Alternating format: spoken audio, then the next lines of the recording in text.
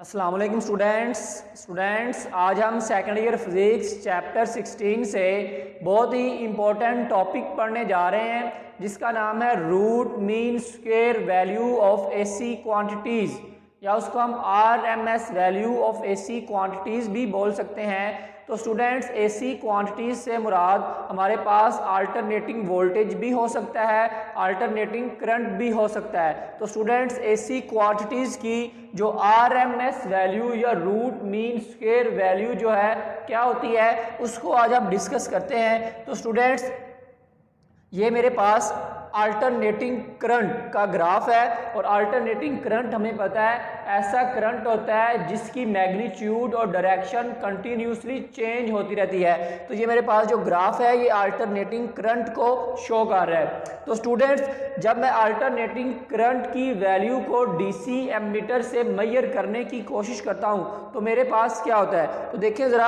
अगर मैं alternating current की सपोज ये वाली जो वैल्यू है ये पीक वैल्यू है, इस पीक वैल्यू पे अल्टरनेटिंग करंट को मेजर करने की कोशिश करता हूँ with the help of DC ammeter. तो स्टूडेंट्स जो डीसी एमीटर है क्या मुझे यही पीक वैल्यू देगा, यानी कि डीसी एमीटर जो मुझे रीडिंग दे रहा होगा क्या वो मुझे यही अल्टरनेटिंग करंट की जो पीक वैल्यू की रीडिंग है यही शो करवाएगा? तो स्टूडेंट्स ऐसा नहीं होता। स्टूडेंट्स डीसी एमीटर जो है वो मुझे अल्टरनेटिंग करंट की पीक वैल्यू नहीं दे रहा होता। तो स्टूडेंट्स फिर हमें जो है डीसी एमीटर जो है अल्टरनेटिंग करंट की वैल्यू कौन सी दे रहा होता है, तो उसको अभी हम देखते हैं कि डीसी एमीटर जो है हमें अल्टरनेटिंग करंट की कौन सी वैल्यू दे रहा होता है। तो स्टूडेंट्स डीसी एमीटर बेसिकली क्या करता है, डीसी एमीटर जो है बेसिकली वो एवरेज वैल्यू जो करंट की होती है उसको शो करता है। तो स्टूडेंट्स मेरे पास ये अल्टरनेटिंग करंट का एक कंप्लीट साइकिल है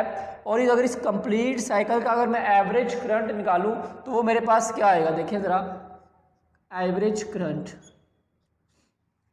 इस पॉजिटिव हाफ साइकिल की जो मैक्सिमम वैल्यू है वो मेरे पास क्या है, आई नॉट, और जो मेरे पास नेगेटिव हाफ साइकिल की वैल्यू है वो मेरे पास क्या है, माइनस आई नोट। यानी कि ऊपर आपके पास करंट पॉजिटिव है, नीचे आपके पास करंट क्या है, नेगेटिव है। तो स्टूडेंट्स जब मैं इनकी एवरेज वैल्यू निकालूंगा तो मेरे पास क्या आएगी, I naught plus minus I naught over 2।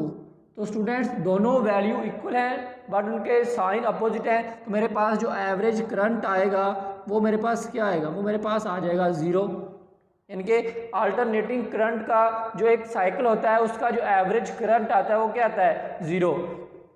Alternating current का की एवरेज वैल्यू क्या आ रही है, ज़ीरो आ रही है। जबकि जब मैं एक अल्टरनेटिंग सोर्स को किसी सर्किट के साथ कनेक्ट करता हूँ, सर्किट के साथ लगाता हूँ, तो अल्टरनेटिंग करंट जो है वो सर्किट को, अल्टरनेटिंग जो सोर्स है वो सर्किट को पावर डिलीवर कर रहा है। यानी कि ये देखिए ज़रा, ये जो आपके पास मैंने अल्टरनेटिंग सोर्स को जब सर्किट के साथ अटैच किया है तो ये अल्टरनेटिंग सोर्स जो है सर्किट के अंदर पावर डिलीवर कर रहा है, मीन यहाँ पे पावर डिसिपेट हो रही है। तो जब पावर डिसिपेट हो रही है, यहाँ पे मैं बोल रहा हूँ कि मेरे पास एवरेज करंट ज़ीरो है, यहाँ पे मैं बोल रहा हूँ कि मेरे पास जो है एसी सोर्स जो है वो अल्टरनेटिंग करंट को पावर डिलीवर कर रहा है। तो जब करंट ज़ीरो है तो पावर कैसे डिलीवर कर रहा है, तो स्टूडेंट्स देखिए ज़रा, जब मेरे पास एसी सोर्स यहाँ पे पावर डिलीवर कर रहा है तो मेरे पास यहाँ पे करंट जो है वो स्क्वायर की फॉर्म में है। यहाँ पे करंट किस फॉर्म में है, स्क्वायर की फॉर्म में। यानी कि अगर मैं करंट का स्क्वायर नहीं लेता फिर मेरे पास जो करंट आएगा वो क्या आएगा, एवरेज करंट ज़ीरो आएगा। लेकिन अगर मैं स्क्वायर लेता हूँ तो फिर मेरे पास जो एसी सोर्स है वो क्या करता है, सर्किट के अंदर जो है वो पावर डिलीवर करता है। तो इस प्रॉब्लम को, इस कन्फ्यूजन को सॉल्व करने के लिए हम क्या करेंगे, हम सबसे पहले जो एसी क्वांटिटीज़ जो हैं उनका स्क्वायर लेंगे। तो स्टूडेंट्स आपने सबसे पहले क्या करना है, एसी क्वांटिटी, चाहे वो आपके पास एसी वोल्टेज हो चाहे आपके पास वो एसी करंट हो, तो स्टूडेंट्स उसके लिए जो आपने सबसे पहला काम करना है वो ये करना है कि आपने एसी क्वांटिटी का स्क्वायर ले लेना है। यानी कि फर्स्ट स्टेप में आपने क्या करना है, फर्स्ट स्टेप में आपने एसी क्वांटिटी का स्क्वायर ले लेना है। तो स्टूडेंट्स ये मेरे पास एसी जो क्वांटिटी है वोल्टेज उसका ग्राफ है, वो ये पॉजिटिव हाफ साइकिल है, ये आपके पास एसी जो वोल्टेज है उसका नेगेटिव हाफ साइकिल है, ये उसकी पॉजिटिव पीक वैल्यू है, ये उसकी नेगेटिव पीक वैल्यू है। तो स्टूडेंट्स जब हम स्क्वायर लेते हैं, तो जब हमारे पास हम किसी भी क्वांटिटी का स्क्वायर लेते हैं तो वो जब नेगेटिव भी होती है तो उसका स्क्वायर क्या आ जाता है, पॉजिटिव हो जाता है। यानी कि मिसाल के तौर पर अगर मैं 2 का स्क्वायर लूँगा तो वो 4, और अगर मैं -2 का स्क्वायर लूँगा तो वो भी क्या हो जाता है, 4। तो स्टूडेंट्स जब मैं ऐसी क्वान्टिटी का स्क्वायर लूँगा, सपोज जब मैं इस ऐसी क्वान्टिटी का स्क्वायर लेता हूँ, V0 का स्क्वायर लूँगा तो इसका स्क्वायर मेरे पास क्या हो जाएगा, इसका स्क्वायर जो मेरे पास हो जाएगा V0, ठीक है। ये मेरे पास क्या हो जाएगा, ये मेरे पास V0 का क्या हो गया, स्क्वायर हो गया। स्टूडेंट्स मैंने V0 का स्क्वायर लिया तो ये मेरे पास V0 का स्क्वायर हो गया। अब मैंने -V0 का नेक्स्ट हाफ साइकिल का स्क्वायर लेना है, तो जब मैं -V0 का स्क्वायर लूँगा तो माइनस का भी जब हम स्क्वायर लेते हैं तो हमारे पास क्या आता है, पॉजिटिव आता है प्लस में। तो जब मैं इस नेगेटिव जो हाफ साइकिल है इसकी -V0 का स्क्वायर लूँगा तो वो भी स्टूडेंट्स मेरे पास क्या आएगा, वो भी स्टूडेंट्स मेरे पास पॉजिटिव हो जाएगा,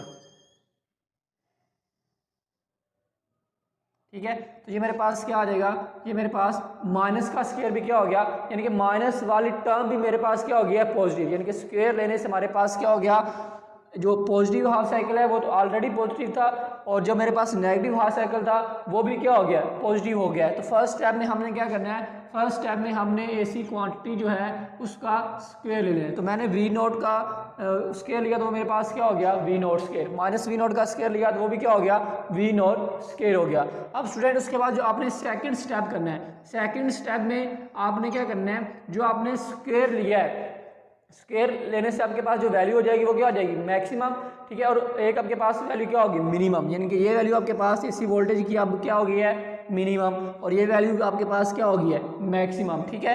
तो आपने क्या करनी है, इनकी मीन निकाल लेनी है, एवरेज वैल्यू निकाल लेनी है। और एवरेज वैल्यू निकालने के लिए क्या करेंगे हम, minimum value plus maximum value in दोनों को ऐड करेंगे तो हमारे पास, और 2 पे डिवाइड कर देंगे तो मेरे पास जो आंसर आएगा वो क्या आएगा, वो आ जाएगा V0 स्क्वायर ओवर 2। यानी कि सेकंड स्टेप में हमने क्या किया, सेकंड स्टेप में हमने मीन ले ली। सबसे पहले हमने ऐसी क्वांटिटी का स्क्वायर लिया, स्क्वायर लेने के बाद हमने क्या करना है, ऐसी क्वांटिटीज़ की एवरेज निकाल लेनी है, ठीक है। तो स्टूडेंट्स जब मैंने एवरेज निकाल ली तो जब मैं, ये मेरे पास क्या है, 0 वैल्यू, ये मेरे पास V0 स्क्वायर है। जब मैंने इनकी एवरेज निकाली तो ग्राफ में मेरे पास ये जो एवरेज की लाइन शो होगी वो मेरे पास इस पॉइंट पे शो होगी। यानी कि ये जो वैल्यू है V0 स्क्वायर ओवर 2, ये मेरे पास एवरेज वैल्यू को शो कर रही है। और थर्ड स्टेप में आपने क्या करना है, थर्ड स्टेप में आपने क्या करना है, मीन लेने के बाद आपने क्या करना है, रूट ले लेना है। जो भी आपके पास एवरेज वैल्यू आई होगी उसका आपने क्या कर लेना है, रूट ले लेना है। तो रूट लेने के बाद V0 स्क्वायर ओवर 2, ठीक है, इसका आपने क्या कर लेना है, अंडर रूट ले लेना है। और उसके बाद जो आपके पास वैल्यू आएगी रूट लेने के बाद, तो रूट लेने के बाद आपके पास जो वैल्यू आएगी वो RMS वैल्यू होगी उस AC क्वांटिटी की।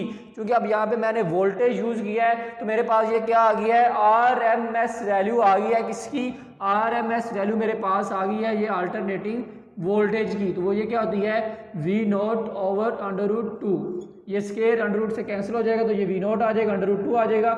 इसको अगर मैं मजीद सिंप्लीफाई करूँ तो मेरे पास ये क्या आ जाएगा, VRMS is equal to 0.7 V0। V0 मेरे पास अल्टरनेटिंग क्वांटिटी की मैक्सिमम वैल्यू है, पीक वैल्यू है। तो स्टूडेंट्स ये मेरे पास RMS वैल्यू आ गई है, किसकी, वोल्टेज की। तो जैसे आपके पास RMS वैल्यू आई है वोल्टेज की, सेम आपके पास RMS वैल्यू किसकी आएगी, करंट के लिए। तो IRMS इज इक्वल टू आपके पास क्या आ जाएगा, 0.7 I0। तो स्टूडेंट्स ये वो RMS वैल्यू है जो हमें क्या करता है, DC एमीटर शो करवाता है। यानी कि जब मैं DC एमीटर की मदद से अल्टरनेटिंग करंट को मेजर करने की कोशिश करता हूँ तो मेरे पास जो DC एमीटर रीडिंग शो करता है वो ये रीडिंग शो करता है RMS वैल्यू, यानी कि वो इफेक्टिव वैल्यू शो करता है जिसको मैं क्या बोलता हूँ, RMS वैल्यू बोलता हूँ। और RMS वैल्यू मेरे पास किसी भी अल्टरनेटिंग साइकिल की एक इफेक्टिव वैल्यू होती है। तो स्टूडेंट्स किसी भी ऐसी क्वांटिटी की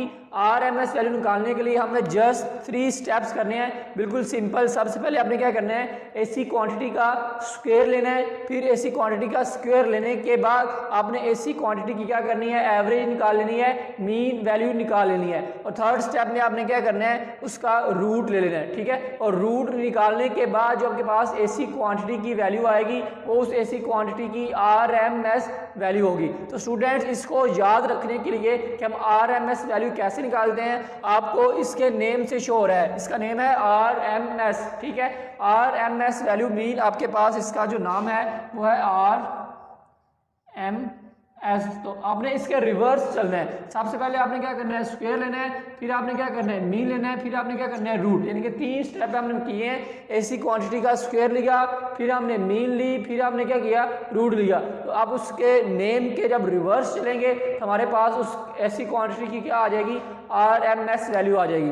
तो स्टूडेंट्स जब हम क्या करते हैं DC एमीटर की मदद से एसी करंट को मेजर करने की कोशिश करते हैं तो हमारे पास जो DC एमीटर है वो RMS वैल्यू शो करता है। तो स्टूडेंट्स हमें खुद से कुछ नहीं करना पड़ता कि हम सर्किट के अंदर कुछ ऐसी चेंजिंग करें कि हमारे पास RMS वैल्यू आए, हमें कुछ नहीं करना पड़ता। ये ऑलरेडी इस सर्किट जो होते हैं या एमीटर होते हैं ये डिज़ाइंड होते हैं, ये इस तरह से कैलिब्रेट किए होते हैं कि उनके अंदर ये प्रोसेस हुआ होता है कि उन्होंने पहले स्केल लेना होता है, फिर जो है वो आपके पास मीन वैल्यू लेंगे, फिर आपके पास जो है वो रूट ले लें। तो ये ऑटोमेटिकली उनके अंदर सिस्टम लगा होता है। हमने जस्ट क्या करना है, हमने जस्ट DC एमीटर की मदद से अल्टरनेटिंग करंट को मेजर करना है और वो हमें ऑटोमेटिकली रीडिंग शो कर देगा, जिसकी मदद से हम वो रीडिंग को नोट कर लेंगे। हमें सर्किट के अंदर या एमीटर के अंदर अपनी तरफ से कुछ नहीं करना पड़ता, ये सारा कुछ सर्किट्स के अंदर या एमीटर के अंदर ऑलरेडी डिज़ाइंड होता है। ये इस तरह से कैलिब्रेट किए जाते हैं कि उनके अंदर ये प्रोसेस हो रहा होता है। और वो प्रोसेस कैसे होता है और वो स्टेप्स हमने डिस्कस कर लिए हैं कि उनको हमने किस तरह से एडजस्ट किया होता है।